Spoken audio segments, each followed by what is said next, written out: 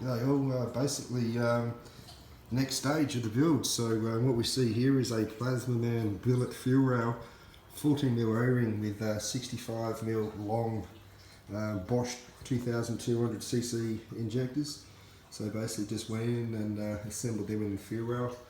So everything's looking really nice. So obviously you take care to make sure you get these O-rings in, use a bit of rubber grease, and they just slide in nicely. So yeah, I ended up putting a set in my other GDR, and I got the side 700cc injectors serviced, and I pinched all the O-rings, so I had to walk back into the shop with my, the hat in hand and be like, sorry man, I didn't know to have O-rings for them, but I only really want to do that once in my life, and I learned from that. So basically, yeah, so I've got a FPR 1200 fuel reg on order to accompany this.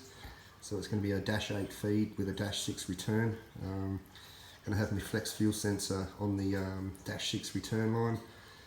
And yeah, so got everything on order there. So I've got my Hellcat 525 in tank pump with a 450 reserve Walbro pump there. So that'll take me well over 800 horsepower, recommended by the tuner. So everything's all coming together.